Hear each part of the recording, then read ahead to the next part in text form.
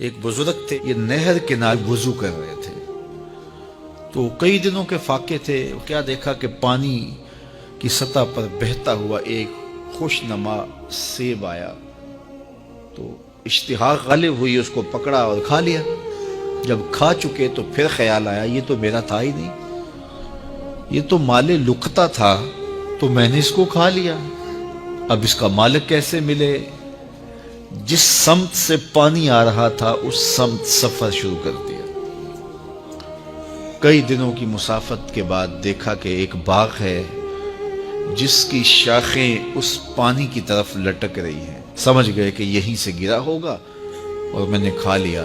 خیر باغ میں پہنچے، مالک سے ملے، کہا کہ یوں میں نے ایک سیب کھا لیا ہے اور میرا غالب گمان یہ ہے کہ اس باغ کا وہ سیب تھا، تو میں معافی مانگنے آیا ہوں، یا پھر بتائیں کہ اس کا ہرجانہ کیا ہوگا۔ جب مالک باغ نے یہ بات سنی، وہ بھی صاحب نظر تھے، سمجھ گئے یہ تو کوئی در یگانہ ہے، یہ تو کوئی گوہر یکتا ہے، تو تیور بدل لیے۔ کہا ایسے تو نہیں معافی ملے گی۔ کہا حضرت کیسے ملے گی؟ کہا 12 سال تک میرے باغ کی گوڈی کرنا پڑے گی۔ اللہ اکبر، اور ایک شرط اس کے علاوہ ہوگی۔ کہا ٹھیک ہے، میری غلطی تو معاف ہو جائے گی نا۔ 12 سال تک باغ کی گوڈی کرتے رہے۔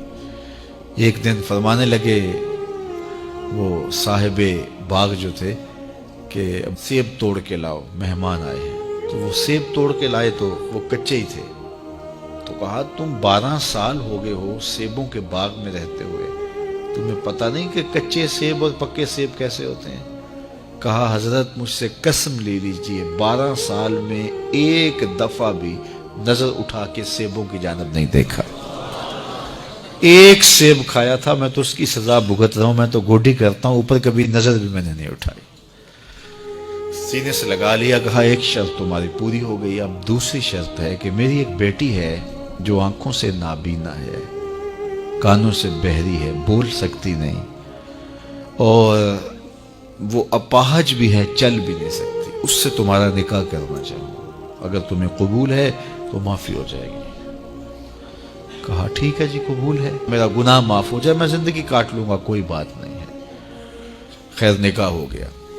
کہا کہ یہ کمرہ ہے، یہاں آپ کی زوجہ آپ کی منتظر ہے۔ جب وہاں گئے تو ایک خوبرو دوشیزہ منتظر تھی، تو فوراً پلٹے کہ میں غلطی سے کسی اور کمرے میں آ گیا ہوں۔ پلٹتے ہوئے دروازے کی چوگاٹ سے سر پھٹ گیا، خون بہنے لگا۔